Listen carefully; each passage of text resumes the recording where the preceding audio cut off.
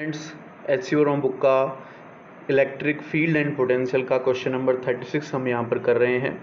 तो क्या कहता है question, a point charge produces an electric field of magnitude 5 newton per coulomb at a distance of 40 centimetre from it, what is the magnitude of the charge. तो बच्चों हम late कर लेते हैं कि ये हमारे पास प्लस का क्यू चार्ज है और ये डिस्टेंस हो गया यहाँ से यहाँ तक 40 सेंटीमीटर। यहाँ पर इलेक्ट्रिक फील्ड की वैल्यू दे रखी है बच्चों 5 न्यूटन पर कूलम। तो हमें चार्ज निकालना है। इलेक्ट्रिक फील्ड का फॉर्मूला क्या होता है बच्चों, के क्यू बाई आर स्क्वेयर। तो अगर मैं यहाँ से क्यू निकालूँ तो बच्चों क्यू क्या हो जाएगा, E into R square by K. तो ई की वैल्यू पुट कर लेते हैं, ई की वैल्यू कितनी है 5 और इसकी वैल्यू पुट करेंगे तो 40 सेंटीमीटर को मीटर में बनाएंगे तो 10⁻⁻² का क्या हो जाएगा बच्चों स्क्वायर, एंड डिवाइड बाई के की वैल्यू आपको पता है कितनी होती है 9 इंटू 10⁻9 हो जाएगी यहाँ से। अब यहाँ से देखो दो जीरो आएंगी, उन दो जीरो से इसकी दो जीरो चली जाएंगी, या फिर चलो पहले सॉल्व भी कर लेते हैं। 40 इंटू 40 अगर मैं करता हूँ तो देखो 5 इंटू ये क्या हो जाएगा 1600 यानी 10⁻², और इसकी पावर्स का अगर मैं करता हूँ सॉल्व तो कितना हो जाएगा 10⁻⁻4 हो जाएगा। डिवाइड बाई में क्या है 9 इंटू 10⁻9 है। तो ऊपर से देखो दो पावर बचेंगे, नीचे 9 ऊपर जाएगा तो -1 हो जाएगा।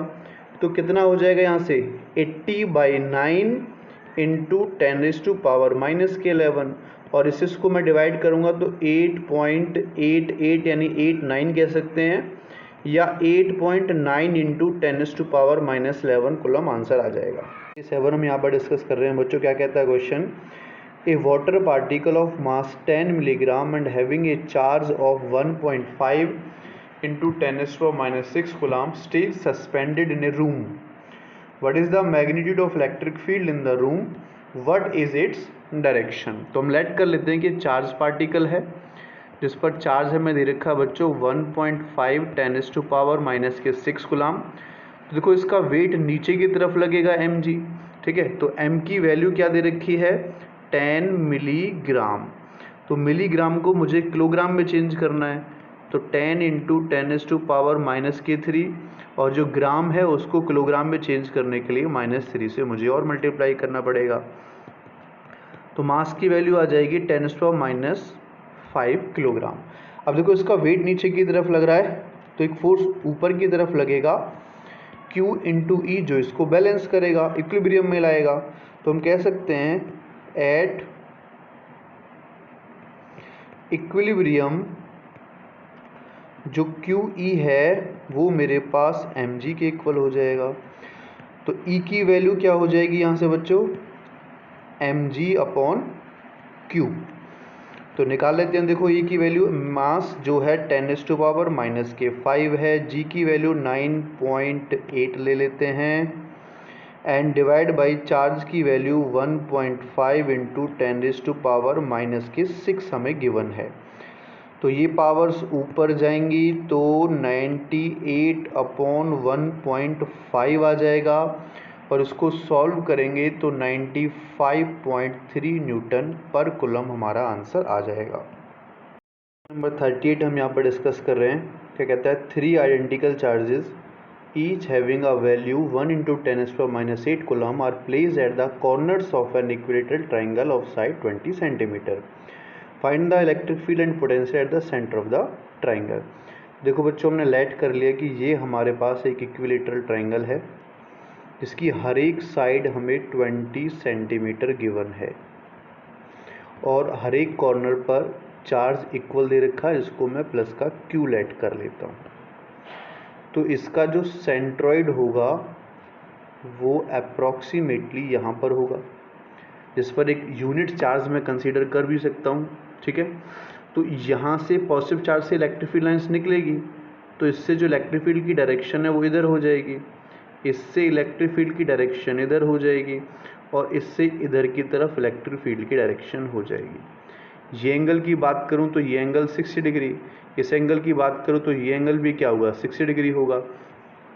अब देखो E मेरे पास दो कंपोनेंट में ब्रेक होगा। अगर इसके कंपोनेंट मैं यहाँ बना लेता हूँ इस टाइप से, ये भी E है, ये भी E है, ये 60 डिग्री है और ये भी 60 डिग्री है, और इधर भी मेरे पास E है। क्योंकि सारी साइड्स जो हैं ये डिस्टेंस इक्वल हैं, चार्जेस इक्वल हैं, इसलिए सभी जो होंगी E1 E2 E3 वो E के इक्वल होंगी। अब ये E इधर की तरफ ब्रेक हो जाएगा E cos थीटा में, और इधर की तरफ E sin थीटा में, और सिमिलरली ये वाला E भी इधर की तरफ ब्रेक हो जाएगा E cos थीटा में, और सिमिलरली इधर की तरफ E sin थीटा में। तो E sin थीटा तो कैंसिल आउट हो जाएंगे। तो जो रिजल्टेंट इलेक्ट्रिक फील्ड इंटेंसिटी बचेगी ER वो किसके इक्वल हो जाएगी? ऊपर की तरफ क्या है 2E cos थीटा है, और नीचे की तरफ कितना है माइनस का E है।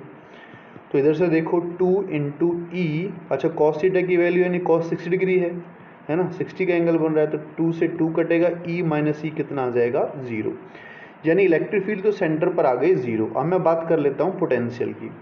पोटेंशियल पर तीनों की वजह से निकालूंगा तो सिंपल K/R फॉर्मूला लगेगा, है ना, तीनों चार्ज इक्वल हैं।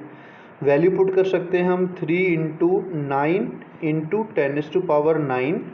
क्यू की जो वैल्यू है वो कितनी है बच्चों 1 इंटू 10⁻⁻8 दे रखी है हमें यहाँ से। अब मुझे चाहिए R कौन सा चाहिए बच्चों, ये वाला R चाहिए यहाँ से यहाँ तक, ठीक है।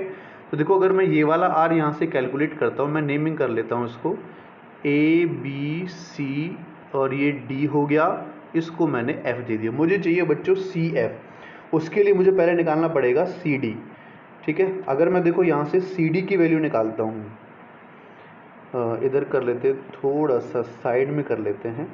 अगर देखो मैं यहाँ से CD की वैल्यू निकालूँ बच्चों, CD का स्क्वायर करूँ तो इस वाली ट्रायंगल से ये हाइपोटेन्यूज ये बेस हो जाएगा। तो मुझे क्या करना होगा, हाइपोटेन्यूज का स्क्वायर बेस यहाँ से तक कितना हो जाएगा हाफ है, तो 10 का स्क्वायर हो जाएगा। यहाँ से मैं इसको रूट कर देंगे बोथ साइड, तो CD की वैल्यू आएगी, तो CD इज इक्वल टू 20 का स्क्वायर कितना हो जाएगा 400 माइनस 10 का स्क्वायर कितना हो जाएगा 100, तो 300 बचेगा।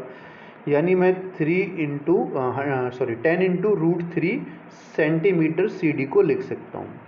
लेकिन मुझे चाहिए क्या बच्चों, CF चाहिए, यहाँ से यहाँ तक CF चाहिए।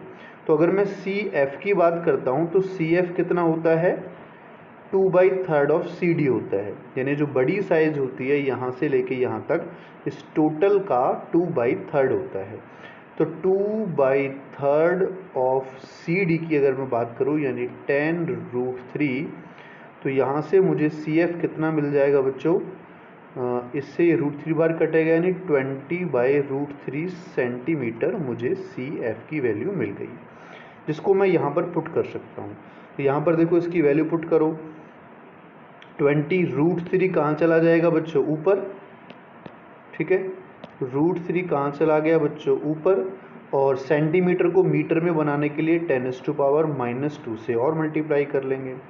तो V इक्वल टू देखो यहाँ से मल्टीप्लाई करो, 9 2 27 इंटू √3 की वैल्यू मैं पुट कर सकता हूँ 1.732 होती है। नीचे देखो ये ऊपर जाएगी पावर, है ना, इससे एक पावर कट जाएगी 10⁻8 बचेगा, उससे माइनस का 8 कट जाएगा, ये ऊपर चला जाएगा तो 10⁻2 आ जाएगा, और नीचे बच जाएगा बच्चों 2।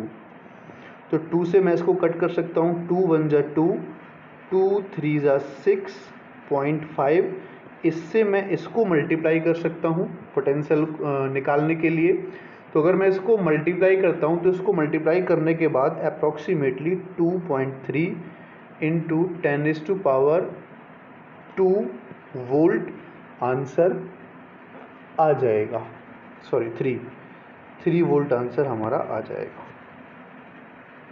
39 हम यहाँ पर डिस्कस कर रहे हैं, क्या कहता है, positive charge Q is distributed uniformly over a circular ring of radius R, a particle having a mass m and a negative charge Q is placed on its axis at a distance x from the center. Find the force on the particle। तो पहले इसकी बात कर लेते हैं, particle पर force निकाल लेते हैं। क्वेश्चन पढ़ लेते हैं, assuming x is smaller than r, find the time period of oscillation of the particle if it is released from there। Okay, तो टाइम पीरियड भी हमें यहाँ पर कैलकुलेट करना है। तो देखो बच्चों हम लेट कर लेते हैं कि ये है हमारे पास एक रिंग और ये है उसकी एक्सिस, यहाँ पर रखा हमने एक नेगेटिव चार्ज, ठीक है। तो यहाँ से देखो इसकी रेडियस मान ली मैंने कैपिटल आर दे ही रखी है, मानना ही क्या है इसमें, और इस पर टोटल पॉजिटिव चार्ज है, तो टोटल पॉजिटिव चार्ज दे भी रखा है, कितना दे रखा है हमें, टोटल पॉजिटिव चार्ज प्लस का क्यू दे रखा है। ये जो डिस्टेंस है यहाँ से यहाँ तक वो हमें दे रखी है बच्चों x। मैंने इस पर लेट कर लिया एक छोटा सा एलिमेंट है जिस पर चार्ज है dq। ये इस वाले पर कितना फोर्स अप्लाई करेगा है, मान लेते हैं कि F फोर्स अप्लाई करेगा, अपनी तरफ खींचेगा, ये एंगल मान लिया मैंने थीटा। सिमिलरली यहाँ पर भी एक एलिमेंट मैंने लेट कर लिया जिस पर चार्ज सेम है dq, तो ये भी इसको अपनी तरफ खींचेगा, F फोर्स हो जाएगा यहाँ से। अभी जो F फोर्स है ये भी एंगल क्या बनेगा, थीटा बनेगा। ये F फोर्स दो कंपोनेंट में ब्रेक होगा, एक इधर की तरफ F cos थीटा में और एक इसके परपेंडिकुलर F sin थीटा में। सिमिलरली ये वाला जो F है वो भी दो कंपोनेंट में ब्रेक होगा, इधर की तरफ F cos थीटा में और इधर की तरफ F sin थीटा। तो F sin theta equal and opposite हैं, कैंसिल आउट हो जाएंगे। अब देखो अभी मैंने दो ही एलिमेंट लिए हैं, ऐसे डायमेट्रिकली अपोजिट, इधर भी पॉइंट होंगे इधर भी पॉइंट होंगे, तो जो टोटल फोर्स यहाँ पर आएगा बच्चों, टोटल फोर्स F वो किसके इक्वल हो जाएगा, integration of F cos theta, इसको F डैश नेम दे देते हैं, integration of F cos theta के इक्वल हो जाएगा। तो यहाँ से देखो F की वैल्यू पुट कर लेते हैं, F की वैल्यू क्या हो जाएगी, K Q कितना है एंड DQ अपॉन डिस्टेंस कितना हो जाएगा, देखो x है ये r है तो डिस्टेंस कितना हो जाएगा, r square plus x square का रूट हो जाएगा। तो यहाँ से मैं लिख सकता हूँ कि r square plus x square का रूट और उसका क्या हो जाएगा स्क्वेयर, क्योंकि Q1 Q2 upon r square होता है, इंटू कॉस थीटा की वैल्यू निकाल लो। कॉस थीटा क्या हो जाएगा, बेस अपॉन हाइपोटेन्यूज, तो बेस कितना है बच्चों x और हाइपोटेन्यूज कितना है r square plus x square का रूट। तो यहाँ से मैं देख सकता हूँ कि एफ डैश की वैल्यू k की वैल्यू में पुट कर लेता हूँ 1/4 पाई एप्सिलॉन नॉट, ठीक है, इंटीग्रेशन चल रहा है, तो ऊपर q है, k की वैल्यू मैं पुट कर चुका हूँ और एक x है ऊपर और इंटीग्रेशन ऑफ dq बचेगा जो 0 से कैपिटल Q तक वेरी कर रहा है, और उसके डिवाइड में बचेगा r square plus x square की पावर, इसकी पावर 1/2, इसकी पावर 1 हो जाएगी, इससे कैंसिल आउट होगा तो 3/2। जब इसको हम सॉल्व करेंगे यहाँ से तो f dash is equal to मुझे मिल जाएगा q, कैपिटल Q हो जाएगा इस इंटीग्रेशन को सॉल्व करने के बाद, into x divided by 4 pi epsilon not r square plus x square की पावर 3/2। अब इसमें कंडीशन कह रहा है कि अगर x स्मॉलर देन r हो जाता है तो क्या होगा, तो इसमें देखो if x smaller than r हो जाएगा तो हम एक्स स्क्वेयर को नेगलेक्ट कर सकते हैं, है ना। तो यहाँ से देखो f डैश की वैल्यू क्या आ जाएगी बच्चों, k capital Q x divided by 4 pi epsilon not r का क्यूब बचेगा, क्योंकि इस 2 से 2 कट जाएगा, इसको हम हटा ही रहे हैं, क्यूब बचेगा। अगर इसको मैं ऑसिलेशन की जनरल इक्वेशन kx यानी m, k की वैल्यू क्या होती है m ओमेगा स्क्वायर x के साथ कंपेयर करूँ तो मैच खा रहा है ना, तो इसका मतलब ऑसिलेशन होगा, तो इन दोनों को मैं इक्वल पुट कर सकता हूँ, ठीक है, इस वाली इक्वेशन को और इस वाली इक्वेशन को मैं इक्वल पुट कर सकता हूँ, तो क्या हो जाएगा के Q upon 4 pi epsilon not r cube X is equal to m omega square X, तो x से x कैंसिल आउट हो जाएगा। m ओमेगा की वैल्यू क्या होती है 2 पाई, तो 2 पाई को ओपन कर लेंगे 2 पाई बाई टी को, तो 4 pi square upon T square. यहाँ से अगर मैं टी स्क्वायर निकालूँ तो क्रॉस मल्टीप्लिकेशन करके इधर आ जाएगा, m 4 पाई का इसके साथ मल्टीप्लिकेशन करेंगे तो 6 पाई क्यूब एप्सिलॉन नॉट और r क्यूब हो जाएगा इधर जाके, और इसके डिवाइड में आ जाएगा small q and capital Q, ठीक है, और m मैंने ऊपर लिख दिया, ठीक है। तो यहाँ से अगर मैं t की वैल्यू निकालूँ तो क्या हो जाएगा 16m pi cube epsilon not r cube upon q की पावर 1/2, ये मेरे पास टाइम पीरियड निकल कर आ जाएगा।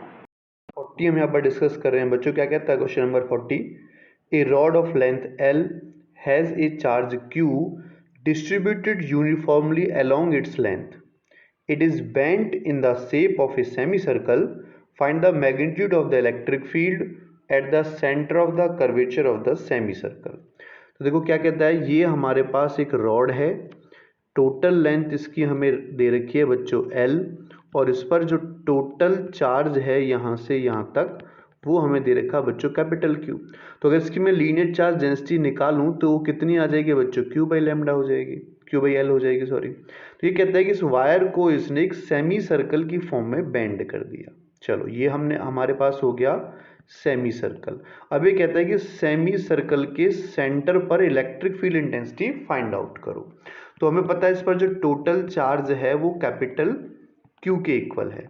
अगर मैं इसको कैपिटल इसकी फॉर्म में बेंड कर देता हूँ सर्कल की सेमी सर्कल की फॉर्म में, तो इसकी जो लेंथ है L वो किसके इक्वल हो जाएगा, पाई R के इक्वल हो जाएगा।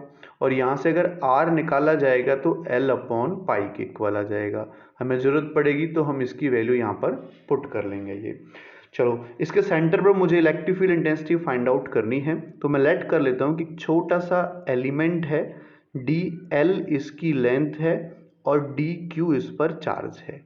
ठीक है, छोटा सा हमने एलिमेंट लेट किया, तो ये इस एक्सिस के साथ जो एंगल बना रहा है वो थीटा, और ये जो एंगल है ये छोटा सा एंगल ये मैंने डी थीटा लेट कर लिया।